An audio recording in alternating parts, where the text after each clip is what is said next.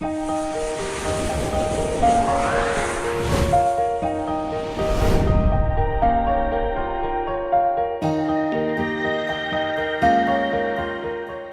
Friends, welcome back to the tetrahedron chemistry classes.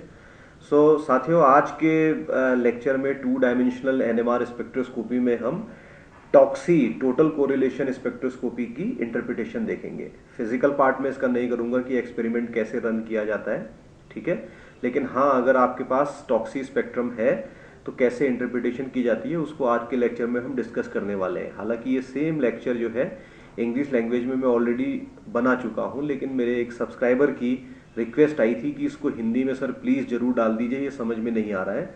तो उसकी request पे मैं इसको बनाने जा रहा हूँ। मेरे लिए ये पॉसिबल नहीं है कि मैं दोनों लैंग्वेज में बनाऊँ इसको लेक्चर, किसी भी लेक्चर को, बट उनकी एक रिक्वेस्ट पे मैं इसको कर रहा हूँ। आगे कोई गारंटी नहीं कि मैं इसको दोनों लैंग्वेज में बनाऊंगा या नहीं बनाऊंगा, ठीक है। तो सबसे पहली बात देखें, टू डायमेंशनल एनएमआर में कोजी एनएमआर स्पेक्ट्रोस्कोपी में पहले ही करवा चुका हूँ साथियों आपको, ठीक है। और यहाँ पे हम taxi TOCSY taxi two dimensional NMR देखेंगे, जिसको टोटल कोरिलेशन स्पेक्ट्रोस्कोपी भी कहा जाता है। और आपके लिए इंपॉर्टेंट बात ये रहेगी, अगर आप टॉक्सी देख रहे हैं तब भी आप इसमें प्रोटोन प्रोटोन कोरिलेशन करते हैं। Proton proton correlation, that mean hydrogen जो है उनकी आप लिंकेज देखेंगे, ओके। और अगर आप कोजी कर रहे होते हैं, कोरिलेशन स्पेक्ट्रोस्कोपी सिंपल, तो कोरिलेशन स्पेक्ट्रोस्कोपी में भी आप सेम चीज करते हैं, प्रोटोन प्रोटोन कोरिलेशन ही देखते हैं। तो फर्क ये आता है कि फिर जब दोनों में एक ही चीज कर रहे हैं तो डिफरेंस इनके बीच में क्या है, ठीक है। देखिए, कोजी बेसिकली जो है, कोजी सबसेट होता है किसका? टॉक्सी का। तो मैं यहाँ पे सबसेट लिख दे रहा हूं, सबसेट ऑफ टॉक्सी, ठीक है, ऐसा लिख देते हैं इसको। इसका कहने का मतलब क्या है कि जो भी इंफॉर्मेशन कोजी स्पेक्ट्रम से आपको मिलेंगी किसी कंपाउंड के, वो सारी की सारी इंफॉर्मेशन टॉक्सी में भी मिलेंगी। लेकिन इसका उल्टा ठीक नहीं है, ठीक है। जो ये सारी इंफॉर्मेशन टॉक्सी में होंगी वो कोजी में तो नहीं मिलेंगी आपको, लेकिन कोजी वाली जो है वो टॉक्सी में जरूर मिलेंगी, ठीक है। तो फिर बात आती है कि जब ऐसा है, जब एक सी इंफॉर्मेशन मिल रही है तो क्या डिफरेंस कैसे करें। देखिए, इसमें एक एग्जांपल मैं आपको देता हूं। For example, I am having this compound, right, से CH3 CH2 एंड O, ठीक है। और ऐसे ही मेरे पास CH3, sorry not CH3, CH2 है। चलिए इसको डिलीट करके ठीक कर लेते हैं, राइट। तो इसको मैं CH2 कर लेता हूं, इसको भी CH2 कर लेता हूं, इसको CH3 कर लेता हूं, ठीक है। तो अगर आप इसका सिर्फ कोजी स्पेक्ट्रम देख रहे हैं, देखिए अगर मैं इसके सिर्फ कोजी की बात कर रहा हूं तो कोजी क्या करेगा, ये वाली जो 3 हाइड्रोजन है और ये जो 2 हाइड्रोजन है, इनके बीच में जो कोरिलेशन है, इनकी क्रॉस पीक्स जो है आपको मिलेंगी। चाहे टॉक्सी हो चाहे कोजी हो, दोनों में ही क्या मिलती है आपको? क्रॉस पीक्स मिलती है। देखिए, अगर आपने मेरा कोजी का लेक्चर नहीं देखा है तब आप टाइप कर सकते हैं यूट्यूब के सर्च बार में interpretation of COSY spectrum by tetrahedron chemistry classes, तो आपको मेरा लेक्चर वहां मिल जाएगा, आप अच्छे से समझ सकते हैं, ठीक है।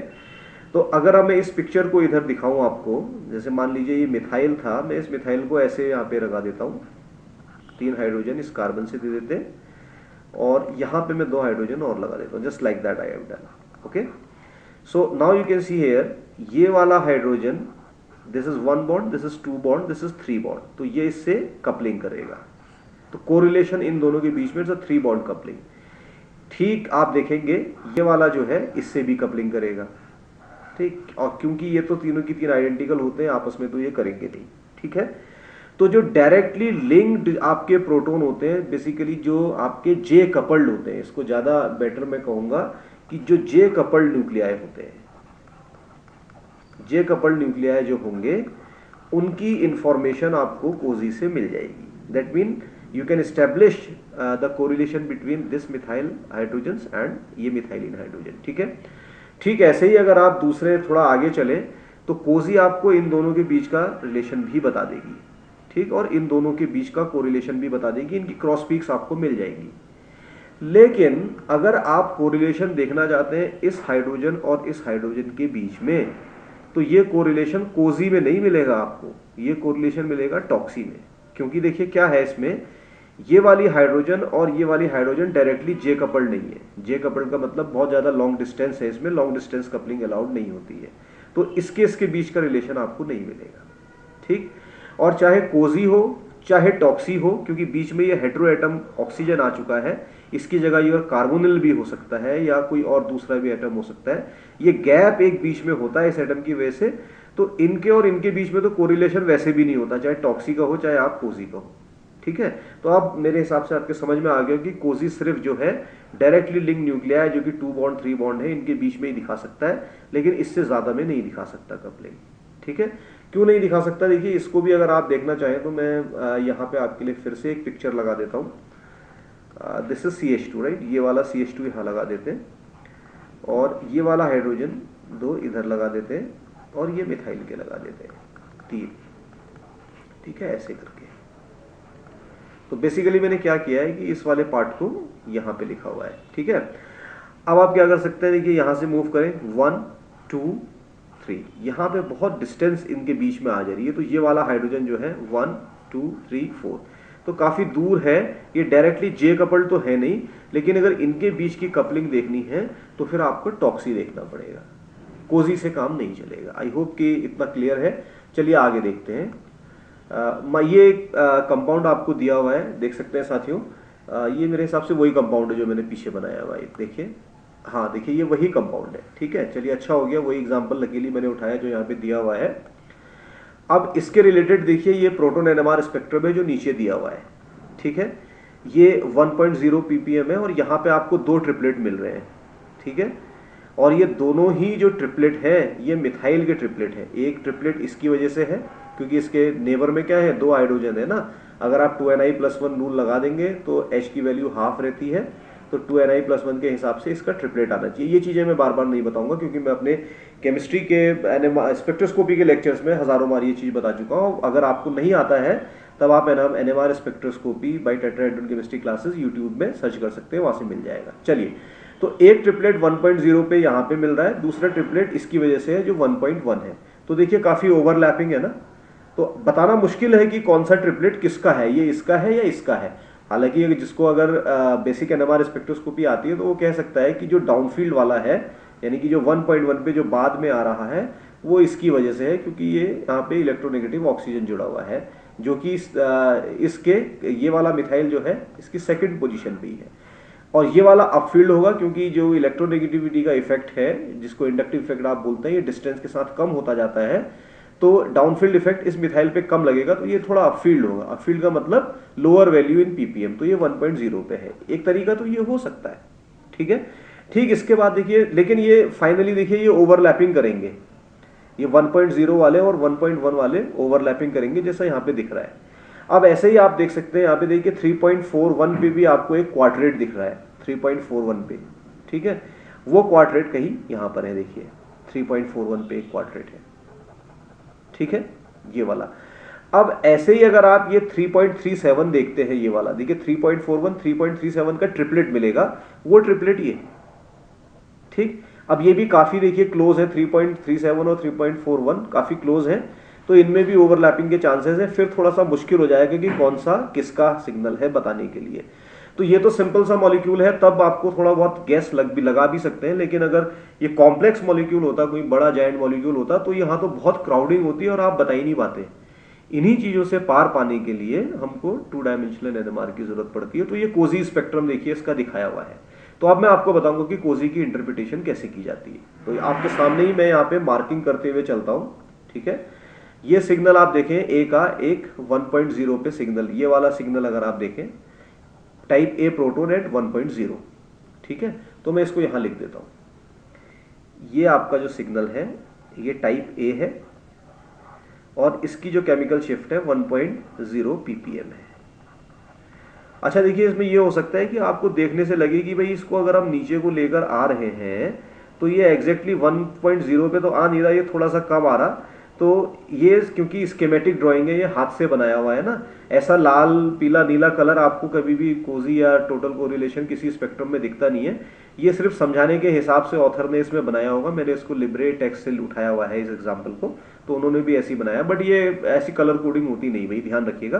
तो हाथ से बना हुआ है इसलिए ये आ नहीं रहा, अदरवाइज ये 1.0 पे ही है, तो ये टाइप ए प्रोटोन है। फिर आप देखेंगे टाइप बी प्रोटोन कितने पे है, 1.5 पे है। तो इसके रिलेटेड मेरे को क्रॉस पीक मिलना चाहिए, ठीक है।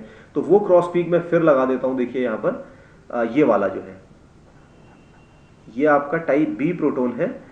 और अगर आप इसकी केमिकल शिफ्ट कहीं यहां पे नीचे मैच कराएंगे इस जगह पर, तो इसकी केमिकल शिफ्ट होगी 1.5 ppm। तो यहां पे मैं 1.5 ppm लिखे देता हूं, ठीक हो गया। ठीक इसके बाद जब आप आगे चलते हैं तो ये 3.37 पे एक टाइप सी पीक भी मिल रही है आपको। तो ये वाला आपका 3.37 है, ये वाला रेड पीक 3.37 है। तो इसको टाइप सी मैं बोल देता हूं, तो इसको मैं यहां से बोलता हूं कि मान लीजिए ये आपका सी वाला है और इसका केमिकल शिफ्ट है 3.37, ठीक हो गया, क्लियर है। अब ऐसे ही देखिए ये नीचे भी जो नीले रंग की पीक बनी है, ठीक है, नीले क्रॉस पीक्स जो नीले रंग की बनी हुई है, एक ये वाली है एक ये वाली है, ठीक। तो ये 1.1 पे है सिग्नल, ठीक। तो 1.1 पे कौन सा सिग्नल है, ये वाला टाइप ई टाइप ऑफ जो प्रोटोन है। तो मैं इनको भी चलिए यहां लिख देता हूं, इस वाले को नीले में लिख देता हूं, नीचे ले आते हैं 1.1 ppm और इसको मैं बोल देता हूं ये टाइप ई के, ठीक। अब ऐसे ही अगर आप यहां पर आते हैं तो एक नीला प्रोटोन और मिल रहा है जो कि 3.41 पे है, देखिए ये 3.41 है, ये टाइप डी का प्रोटोन है, ठीक। तो मैं इसकी मार्किंग भी किए देता हूं, चलिए कि इसको मैं बोल देता हूं कि ये 3.41 ppm पे है और इसको मैं टाइप डी बोल देता हूं। बस इतना ही काम आपने करना है साथियों, इससे ज्यादा नहीं करना है। अब आपके लिए आसानी हो जाएगी। अब देखिए डायगोनल अगर मैं इसका बनाना चाहूं तो मैं डायगोनल भी बना देता हूं आपके लिए। यहां से आप ऐसे चलिए चलते हुए, तो ये इसका डायगोनल है, इस स्पेक्ट्रम का जो डायगोनल है वो ये वाला डायगोनल है, ठीक है।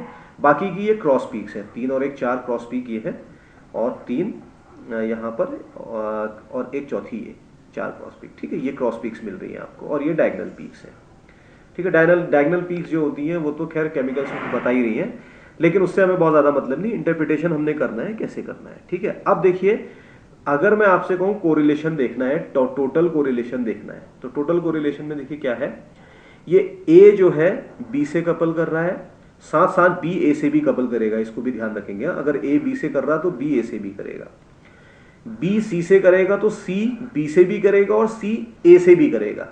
ये डायरेक्टली जे कपल तो नहीं है, लेकिन टॉक्सिक की तो खूबसूरती ही है, ये टोटल कोरिलेशन दिखाता है। तो इनको भी आपस में कोरिलेट करना चाहिए, यानी कि क्रॉस पीक्स इनकी मैच होनी चाहिए। तो बेसिकली क्या होता है, जब आप एक रो खींचते हैं, रो का मतलब आप समझते हैं कैसे लाइन खींचेंगे, तो जो जो प्रोटोन कोरिलेट कर रहे होते हैं उनकी क्रॉस पीक एक ही लाइन पे आती है, बस इतना आप ध्यान रखिए।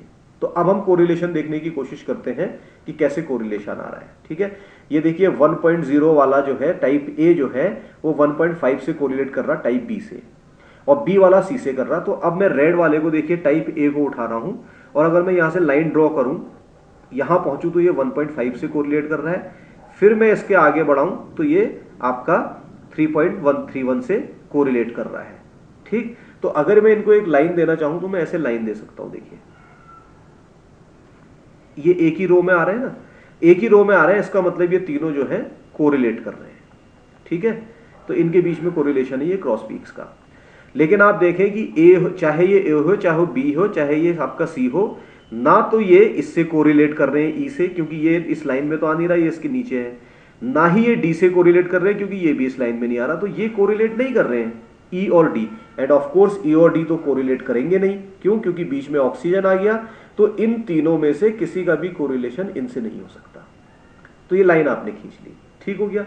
अब अगर आप इसको थोड़ा और समझना चाहें, क्योंकि आप कहेंगे भाई क्रॉस पीक, एक डायगोनल पीक अगर ये है तो ये 2 क्रॉस पीक और भी तो मिल रही। देखिए बात वही है, ये 1.0 की, अब यहां पे केमिकल शिफ्ट देखिए ये 1.0 है, यहां पे केमिकल शिफ्ट देखिए ये 1.5 है, और इसको अगर आप यहां से मैच कराते हैं इधर को, तो फिर ये आपका 3.37 है।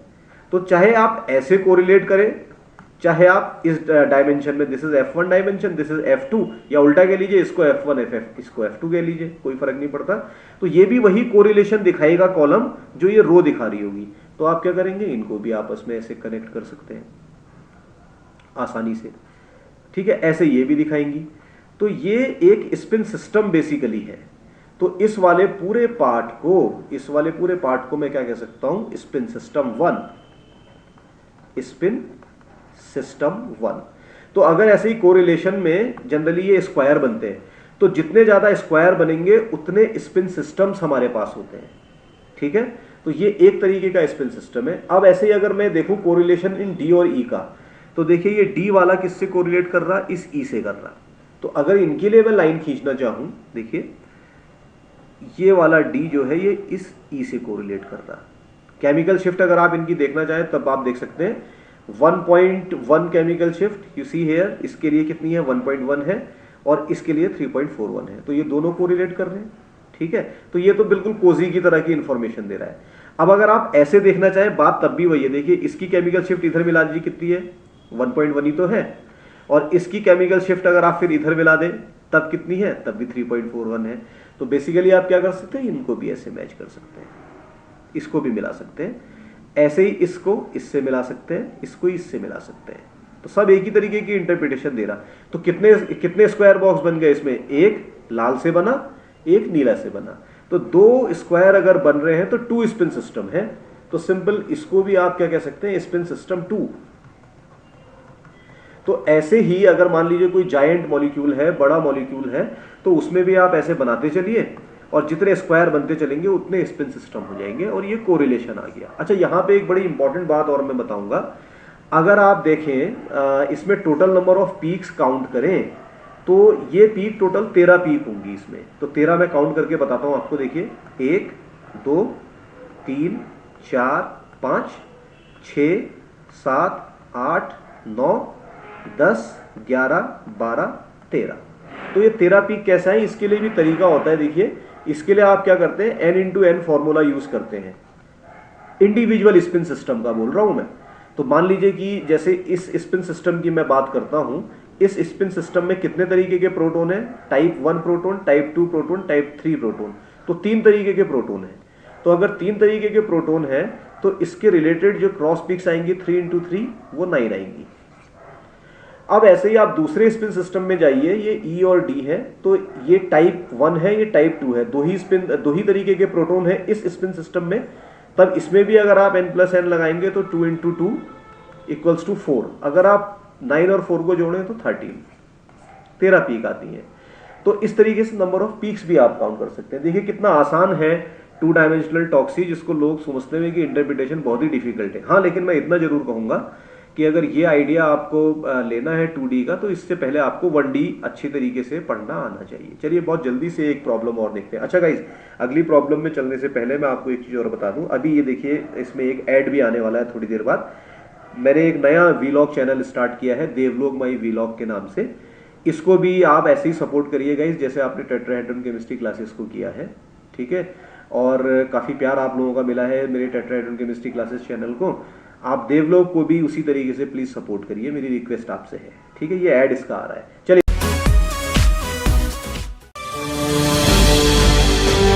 दोस्तों, मैंने एक ये नया चैनल जो है एक डेली व्लॉगिंग का स्टार्ट किया है, जिसको देवलोक माई व्लॉग के नाम से जानते हैं।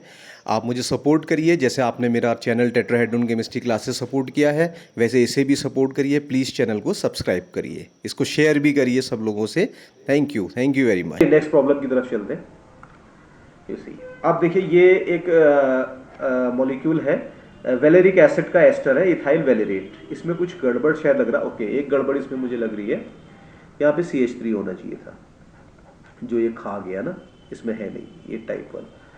तो अब इसमें भी देखिए ये लगभग वैसी ही प्रॉब्लम है जैसे मैंने इससे पहले बताई।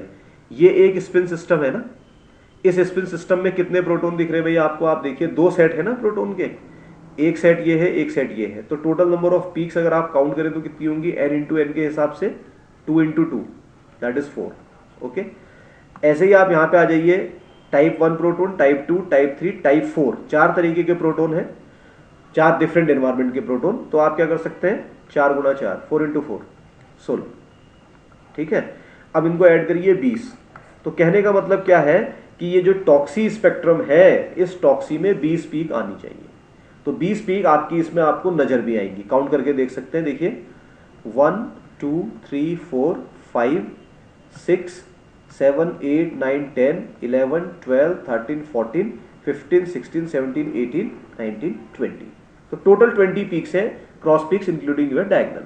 अच्छा, इसमें आप कोरिलेशन देखना है। देखिए इसमें मैं सिंपल सी बात बता सकता हूं, यहां से देखिए ये 6 वाला जो है 7 से कोरिलेट करेगा, लेकिन बीच में एस्टर मोइटी है, तो इन दोनों में से किसी का कोरिलेशन इधर नहीं हो सकता।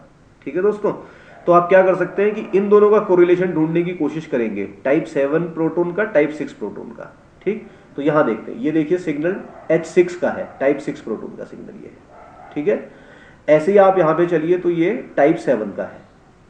अब अगर इनका कोरिलेशन है तो इसका मतलब है इस 6 की और 7 की जो पीक होंगी ये एक ही रो में आनी चाहिए, क्रॉस पीक्स।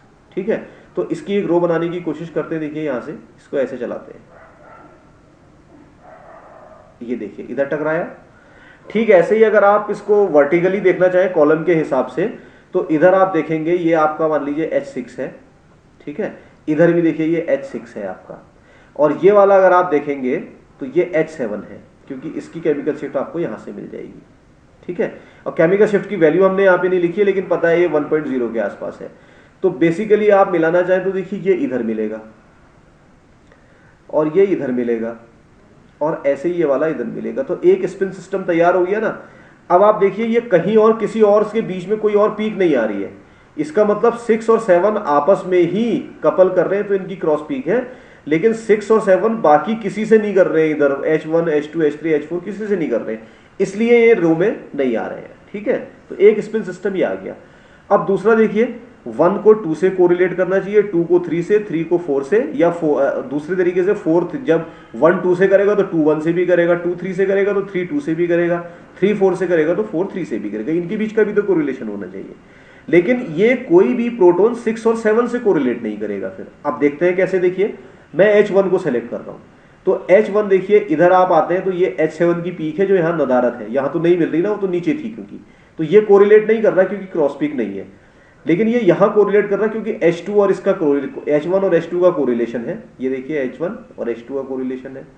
ऐसे यहां आ जाइए तो ये देखिए H3 से भी कोरिलेट कर रहा है, बिकॉज H3 का भी कोरिलेशन है, और H4 से भी कर रहा है क्योंकि H4 का है। लेकिन आप देखिए H6 की पीक यहां नहीं मिल रही आपको, क्यों? क्योंकि वो तो अलग है, इस स्पिन सिस्टम का पार्ट नहीं है। ठीक है, तो सिर्फ 4 क्रॉस पिक्स आपको इंक्लूडिंग डायगोनल ये सब दिख रही है। तो अगर आप बनाना चाहें तो इसके लिए भी देखिए इन सबको ऐसे मिला दीजिए। जब इसको मिलाएंगे तो ऑफकोर्स ये भी ऐसे मिलाएंगे, क्योंकि जो इंटरप्रिटेशन ये वाला पार्ट देगा वही ये वाला भी देगा। अब अगर आप वर्टिकली देखना चाहें तो वर्टिकली भी देख सकते हैं। देखिए कैसे, ये H1 है जो कि कोरिलेट कर रहा किससे, H2 से, लेकिन H7 से नहीं कर रहा। फिर देखिए, ठीक है, और इधर ये H3 से भी कर रहा, लेकिन ये H4 से भी कर रहा है, लेकिन इधर देखिए कोई इस कॉलम में दूसरी पीक नहीं है, तो ये H6 से नहीं कर रहा। तो आप इनको भी मिला सकते हैं, तो एक स्पिन सिस्टम आपका ये बन के तैयार हो गया। तो 2 ही स्पिन सिस्टम इसमें आपको मिलते हुए दिख रहे हैं। हाँ, आप ये जरूर कह सकते हैं कि इसमें मैंने आधा काम किया हुआ है। आप कोरिलेशन और भी देख सकते हैं। कैसे? देखिए एक आपका स्पिन सिस्टम ये वाला भी तो बन रहा, लेकिन ये जो स्पिन सिस्टम बन रहा है वो इस स्क्वायर के अंदर है। तो बेसिकली ये कोजी की इंफॉर्मेशन है जो टॉक्सी से आपको मिल रही है, इनके बीच का कोरिलेशन। तो ये कौन कौन कोरिलेट कर रहा है? देखिए H3 H2 से कर रहा है, ऑफ कोर्स करेगा H3 वाला H2 से ही, तो ये कोजी की इंफॉर्मेशन है। तो एक स्क्वायर के अंदर अगर दूसरा स्क्वायर मिलता है तो बेसिकली ये सबसेट होता है और ये कोजी की इंफॉर्मेशन देता है, ध्यान रखिएगा। या फिर आप कर सकते हैं, देखिए आप ये भी तो कर सकते हैं भाई, इनको भी तो मैच करा सकते हैं, एक स्क्वायर ये भी बनता है, लेकिन ये स्क्वायर फिर क्या है, ये इसके अंदर है। अगर ये इसके अंदर है तो इसका मतलब ये भी कोजी की इंफॉर्मेशन दे रहा है, ये इसके सबसेट के अंदर है, इसके अंदर है तो इसका सबसेट है। तो ये किसको कोरिलेट कर रहा है? देखिए ये वाला जो है H2 is correlating with this H3, तो फिर बात वही आ गई जो इससे ऊपर वाली थी। फिर यहां पे आ जाए, अब H3 वाला H4 से भी तो करेगा, तो देखिए ये H4 है, तो ये इससे कोरिलेट कर रहा है H4 से। तो ऐसे आप बहुत सारे भी बनाएंगे, तो अंदर एक स्क्वायर के अंदर जितने आएंगे वो सब कोजी की इंफॉर्मेशन देते हैं। तो बस इतना आसान है, देखिए टोटल कोरिलेशन स्पेक्ट्रोस्कोपी बहुत आसानी से आप कर सकते हैं इसको।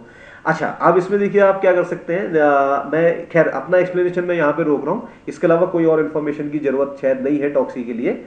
एक ये मैं एग्जांपल आपको ये दे रहा हूँ, ये तो वही वाला है देखिए जो मैं इससे पहले मैं बता रहा था, दिस वन, उसी को हमने यहाँ पर दिया हुआ है। थोड़ा सा इसको बड़ा कर दें, तो जो इंटरप्रिटेशन मैं बता रहा था देखिए वही बता रहा। देखिए एक ये मिल गया आपको ये वाला, और ये इसके अंदर मिल गया, बाकी अंदर आप बनाते चलिए तो फिर वो टॉक्सी होती है, डायगोनल अलग जा रहा है इसका, ठीक है। अब नेक्स्ट चलते हैं ये वाला, ये मैं आपके लिए छोड़ रहा हूँ, इसको आप खुद एक बार करके देखिए। ये गाइस हेप्टेनोन 3 है ये, तो हेप्टेनोन 3 के लिए एक बार इंटरप्रिटेशन बना के देखिए कैसे बन रहा है, ठीक है। फिर भी कोई डाउट होता है तो कमेंट करिए। तो हिंदी लैंग्वेज में मैंने आपको ये बनाया है। देखिए पहले मुझसे कई बार रिक्वेस्ट आ चुकी है कि आप अपना कंटेंट जो है हिंदी में करिए। अब उसमें लेकिन दिक्कत क्या होती है कि हिंदी में करने से जो साउथ इंडिया के मेरे सब्सक्राइबर हैं उनको प्रॉब्लम होती है, और क्योंकि मैं खुद असिस्टेंट प्रोफेसर की पोस्ट पे काम कर रहा हूँ तो मेरे पास इतना टाइम होता ही नहीं कि मैं डुअल लैंग्वेज में बना पाऊँ। लेकिन फिर भी एक स्पेशल रिक्वेस्ट पे ये बना दिया, क्योंकि ये छोटा सा लेक्चर था तो इसको तो बना सकते हैं, लेकिन अमूमन मेरे लेक्चर 1-1 घंटे के भी होते हैं, ठीक है। तो उनको फिर दोबारा बनाना बड़ा हेक्टिक होता है, लेकिन कभी कोशिश करेंगे अगर बन सके हिंदी में भी तो आज की इन्फॉर्मेशन तो सिर्फ आज के वीडियो में सिर्फ इतना ही है।